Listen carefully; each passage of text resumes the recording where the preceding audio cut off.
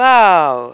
Ma première participation au FESPACO, c'était en 1994. À l'époque, ça se passait au stade du 4 août et j'étais venue accompagner Nick Dombie, le chanteur. J'étais choriste de Nick Dombie et à l'époque, j'étais danseuse. Waouh, des souvenirs. 1994, à l'ouverture. Ce festival, c'est le Graal.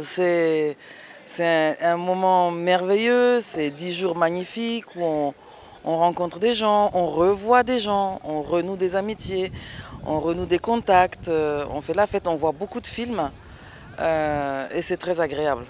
Et ça, c'est un moment de, disons, c'est de joindre l'utile à l'agréable pendant toute une semaine. Ah, mais le FESPACO n'a fait qu'impacter sur ma carrière. Je crois qu'à chacun des FESPACO que j'ai passé, j'avais une activité, j'avais quelque chose à faire, soit j'avais des amis à accompagner, soit j'avais un film. Et depuis 2015, le FESPACO c'est pour moi, quoi. C'est ce que j'aime à dire. Parce qu'en 2015, j'ai franchement eu la chance et l'honneur d'avoir eu mon premier Grand Prix. Et ce Grand Prix qui a déclenché une avalanche d'autres prix, c'était un feu d'artifice.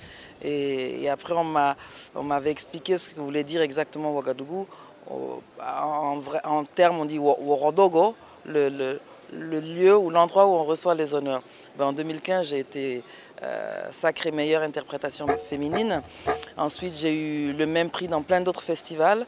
J'ai aussi la chance et l'honneur en 2016, l'année d'après, d'avoir eu le premier Sotigi Award, le tout premier Sotigi Award. Et pour moi, c'était encore merveilleux parce que c'est le Sotigi qui porte le nom de la première personne qui m'a mis les pieds à l'étrier et que j'ai eu comme partenaire de jeu il y a très très longtemps, Sotigi Kouyaté. Bon, comme tous les festivals, voilà, il peut y avoir des hauts et des bas, des moments difficiles. Nous sommes dans une période un peu difficile pour le Burkina, mais je pense que c'est un événement qui permet aux gens de reprendre confiance et de se dire que, et de prouver au monde entier qu'on est un peu très résilient et que quand on a tout perdu, tout ce qui nous reste, c'est la culture. Et pour moi, le cinéma et la culture est une arme de réunification massive. Et là, pour moi, ça prouve qu'on est combattant et que le pays reste debout et on se bat, nous, à travers des images pour dire des choses, pour dénoncer, pour faire bouger et soutenir et encourager toutes les forces de défense et de sécurité qui se battent pour nous, pour qu'on puisse, disons, construire le pays de manière positive.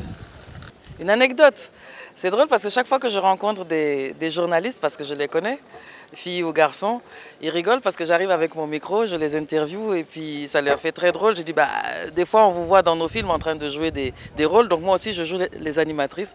Et voilà, ça détend l'atmosphère et c'est formidable, ça se passe très très bien. Un mot de fin, vive le FESPACO. Pour rien au monde, on ne pouvait ne pas faire ce FESPACO. Parce qu'on en a tous besoin. C'est comme boire un bon café, c'est comme manger un bon poulet braisé, c'est comme voir un bon film. Allez voir des films, je le dis et je le redis. Que ce soit les cinéphiles ils sont dans les salles. Que ce soit à nos acteurs burkinabés, à nos réalisateurs. Allez voir le travail des autres. N'allez pas voir seulement un film parce que vous en avez entendu parler ou parce qu'on vous a dit que le film est bien ou parce que vous connaissez le réalisateur. Cultivez-vous cinématographiquement, c'est important. C'est très très très important. Et bon FESPACO 2025.